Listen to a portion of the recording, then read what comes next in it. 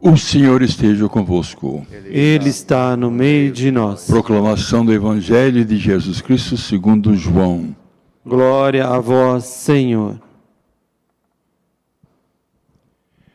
Naquele tempo, Jesus partiu da Samaria para a Galileia. O próprio Jesus tinha declarado que um profeta não é honrado em sua própria terra.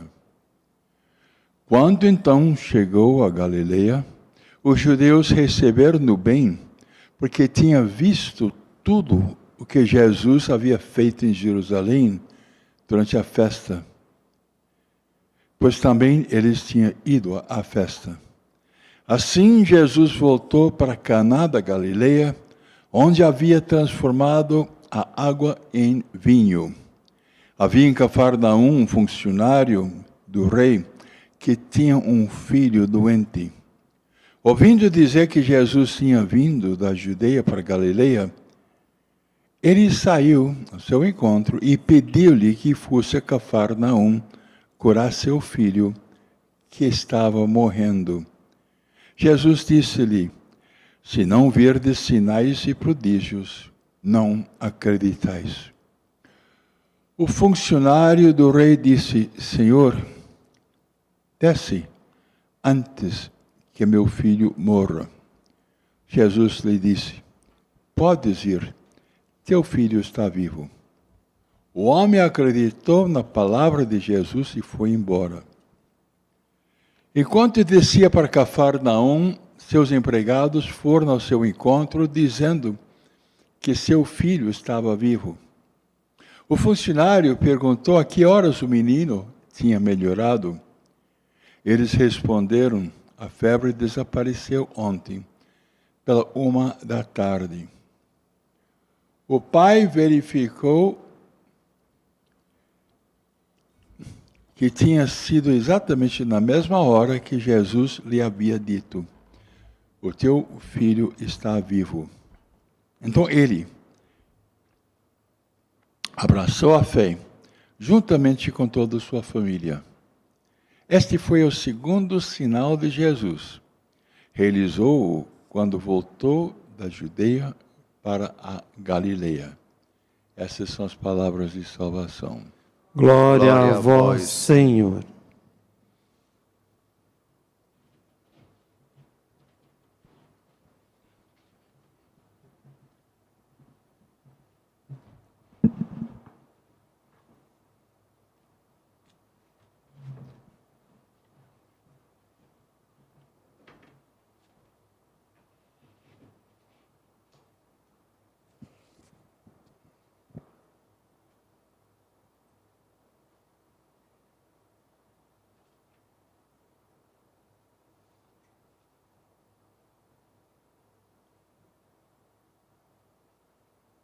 Eu vos exalto, ó Senhor, pois me livrastes.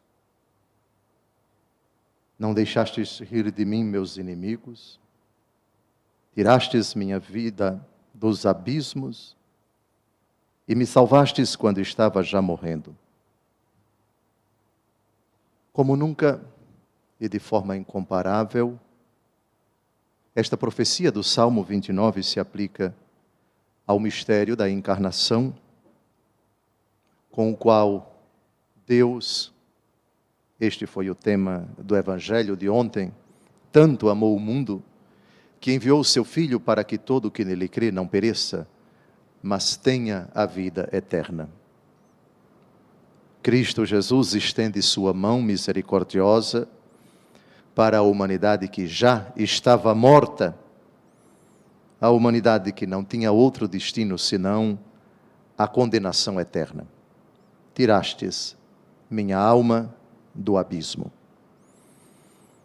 A humanidade, diante do mistério do Calvário, tributa honra e glória ao Senhor, rico em misericórdia, tema da segunda leitura da missa de ontem, porque pela graça fomos salvos, e isto não é mérito do homem, é puro dom de Deus. Durante a vida pública de Jesus, o nosso Salvador compreendeu, pois já o sabia desde toda a eternidade, que viera para uma humanidade difícil de se tratar. Uma humanidade recalcitrante, com um coração difícil de amolecer, a não ser pela graça de Deus. No episódio do segundo milagre que Jesus realiza em Caná da Galileia, não por acaso a cidade onde ele realizou o primeiro milagre de sua vida pública, que é concluído de uma forma muito bonita. Este foi o primeiro sinal que Jesus realizou e seus discípulos creram nele. A finalidade do sinal é levar tanto os beneficiários como as testemunhas ali presentes no prodígio inexplicável a crer em Deus. A finalidade do milagre é uma só. Evangelho segundo João, capítulo 20, versículo 30. O Senhor Jesus fez muitos outros sinais que não estão escritos neste livro, mas estes foram escritos para que creiais que Jesus é o Filho de Deus e, crendo, tenhais a vida em seu nome. Foram feitos para que creiais. O papel do milagre é conduzir a fé, ou fortalecê-la, ou despertá-la, se estava adormecida. No Evangelho de hoje temos um homem prestigiado, um funcionário do rei, que residia em Cafarnaum, não muito longe de Caná. Jesus está em Caná, e para lá se dirige este homem. Este homem tem um filho que está quase morrendo. Quando ele se aproxima de nosso Senhor Jesus Cristo, pede-lhe que ele se dirija a Cafarnaum para curar o seu filho que está morrendo. Parece então que a condição do filho é de moribundo, uma situação praticamente irreversível. Jesus faz uma reclamação, mas não se esquiva de manifestar sua compaixão pelo pobre coitado que está muito distante. Se não virdes sinais e prodígios, não acreditais. Os sinais não deveriam ser, com essa frase de Jesus, é a primeira grande lição, os milagres não deveriam ser a motivação principal para uma pessoa se converter, para uma pessoa se arrepender, para uma pessoa mudar de vida. Aliás, quando Jesus apareceu ressuscitado pela segunda vez aos apóstolos reunidos, desta vez com Tomé, a censura de nosso Senhor Jesus Cristo a Tomé foi parecida com essa. Esta, eu repito, se não virdes sinais e prodígios, não acreditais. Jesus diz algo parecido, mas com outras palavras para Tomé. Toca o meu lado, põe o teu dedo nas minhas chagas. Não sejas incrédulo, mas homem de fé. Porque viste e creste, bem-aventurados os que não viram e creram. O caminho ordinário para se crer em Jesus é precisamente escutar sua palavra, abrandar o seu coração com o auxílio do Espírito Santo, renunciar o pecado, professar a fé e receber o batismo. Jesus, não por acaso, começa a sua vida pública, Evangelho segundo Marcos, capítulo 1, versículo 15, não fazendo qualquer milagre, mas com uma palavra, com uma frase, assim ele começa a sua vida pública. Convertei-vos e crede no Evangelho. Em outra situação, depois de realizar muitos milagres, já estamos no Evangelho segundo João,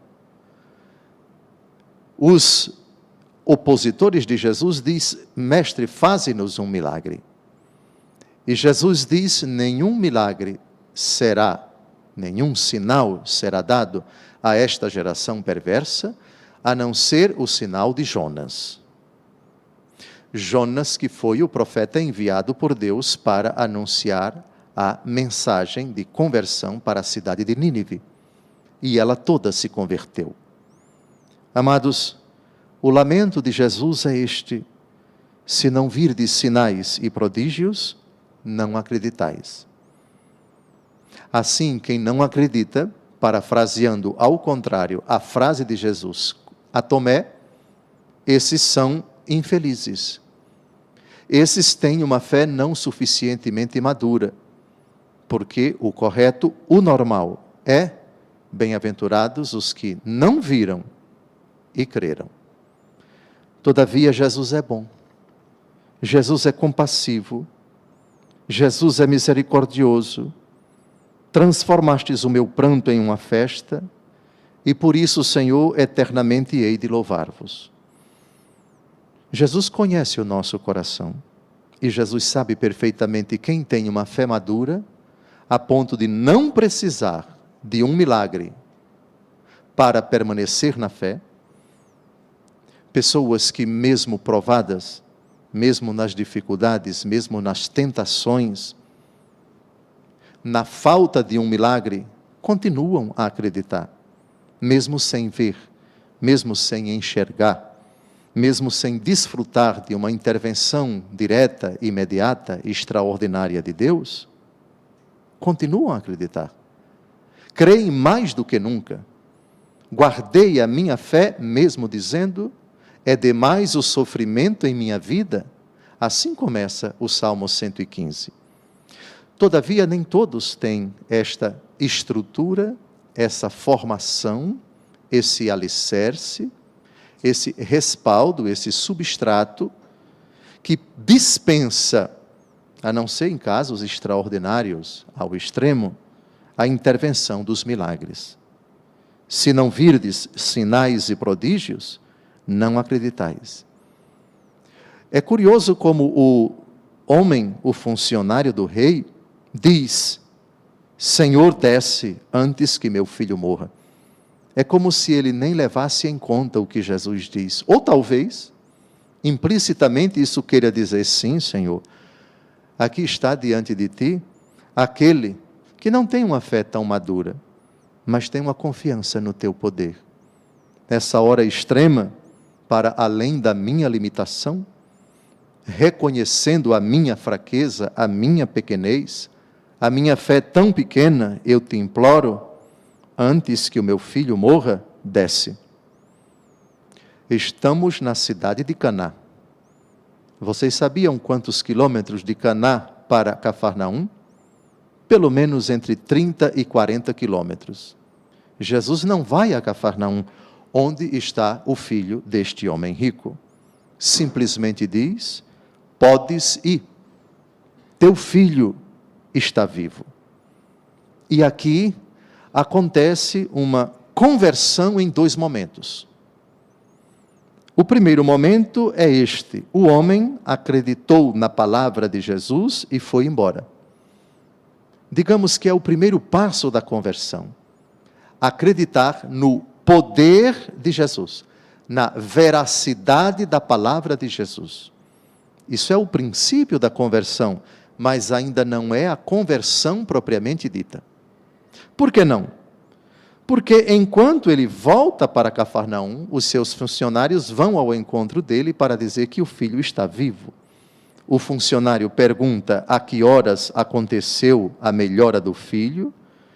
Ele então diz: ontem pela 13h.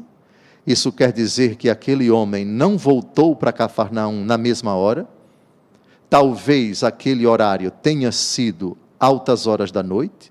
Ele decidiu então, provavelmente, dormir em Caná. E no outro dia, no meio do caminho, ele encontra esse empregado que lhe dá a alegre notícia. E aí acontece a segunda etapa da conversão. Diz o texto: o pai verificou que tinha sido exatamente na mesma hora em que Jesus lhe havia dito: teu filho está vivo. Agora vem o que interessa.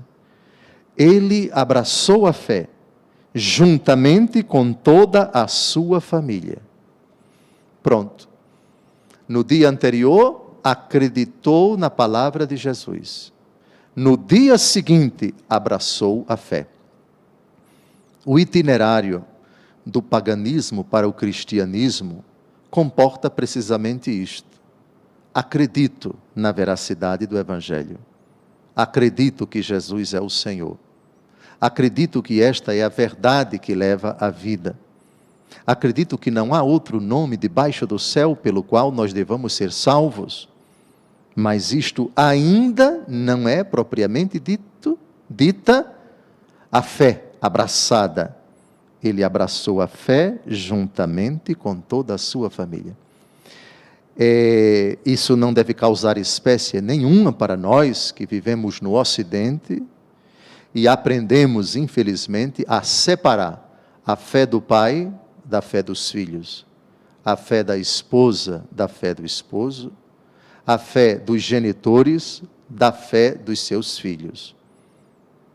Mas antigamente não havia distinção. Se o pai abraçasse a fé, a esposa professava a mesma fé, os seus filhos também, todos os de sua casa também. Portanto, primeiro momento, véspera, ele acreditou na palavra de Jesus, ato individual. No dia seguinte, toda a sua família, um ato comunitário. É claro que a fé é, antes de tudo, um fruto, consequência, expressão de um encontro pessoal, individual, portanto inalienável, insubstituível, com a palavra de Jesus, com a pessoa de Jesus, com o Santo Evangelho. Mas, necessariamente, o homem é um ser social. E o vínculo do matrimônio, no caso dos cristãos, o vínculo sacramental, compromete-o a transmitir esta fé aos seus, de sorte que ninguém de sua casa fica fora desta adesão a Cristo Jesus, nosso Senhor. Vós tirastes minha alma dos abismos e me salvastes quando estava já morrendo. Jesus se compadece do filho para que o seu pai acredite em sua palavra e toda a sua família depois abrace a pessoa de Jesus, para nunca mais se afastar dela. Uma última palavra da primeira leitura que nós acabamos de ouvir, uma misteriosa profecia que escutamos do profeta. Eis que eu criarei novos céus e nova terra. Coisas passadas serão esquecidas, não voltarão mais à memória. Haverá alegria, haverá exultação sem fim em razão das coisas que eu vou criar. Farei de Jerusalém a cidade da exultação e um povo cheio de alegria. Exulto com Jerusalém e alegro-me com o meu povo, que nunca mais ouvirá a voz do pranto, nem o grito de dor. Crianças condenadas a poucos dias de vida, bem como os anciãos, eles não viverão menos de 100 anos. Que beleza! Já no Antigo Testamento, Deus anuncia, numa linguagem poética, numa linguagem cifrada, que veio para renovar a face da terra. Isso nos faz lembrar a profecia do apóstolo Paulo, na 2 aos Coríntios, capítulo 5, versículo 17. Aquele que está em Cristo é uma nova criatura. Passou o que era velho, e tudo se fez novo. Essa profecia bem se alinha com as últimas palavras da Bíblia, ao descrever a Jerusalém celeste, para onde caminhamos pressurosos. Apocalipse capítulo 21, versículos 1 e de 3 a 4. Vi um novo céu e uma nova terra, pois o primeiro céu e a primeira terra desapareceram, e o mar já não existia. Eis o tabernáculo de Deus com os homens, habitará com eles e serão o seu povo, e Deus mesmo estará com eles. Enxugará toda lágrima de seus olhos, já não haverá morte, nem luto, nem dor, porque passou a primeira condição. É o que esperamos, o novo céu e a nova terra, o advento daquilo que, diz a 1 aos Coríntios, capítulo 2, versículo 9, o que os olhos não viram, o que os ouvidos não ouviram, isso Deus preparou para aqueles que o amam. Tributemos a Jesus no início deste dia honra e glória, porque ao passar pela nossa aventura humana, teve o cuidado de manifestar para as pobres criaturas, com uma fé tão débil como a desse funcionário do rei, que, malgrado nossas imperfeições, ele se compadeceu de nós. E os seus prodígios, passageiros, é verdade, extraordinários, sem dúvida alguma, são a expressão da sua bondade, para que nós, os experimentando, convertamo-nos e, arrependidos, nos voltemos para Jesus, abraçando a fé e, se possível, com toda a nossa família. Esta é a vontade de Jesus, que quer que todos se salvem e cheguem ao conhecimento da verdade. Tende compaixão de nós, Senhor, pela nossa infinita limitação e, se possível, fortalecei a nossa fé pelas formas, pelos caminhos ordinários, sem necessitar de milagres, sem necessitar de instrumentos extraordinários. Se não virdes sinais e prodígios, não acreditais.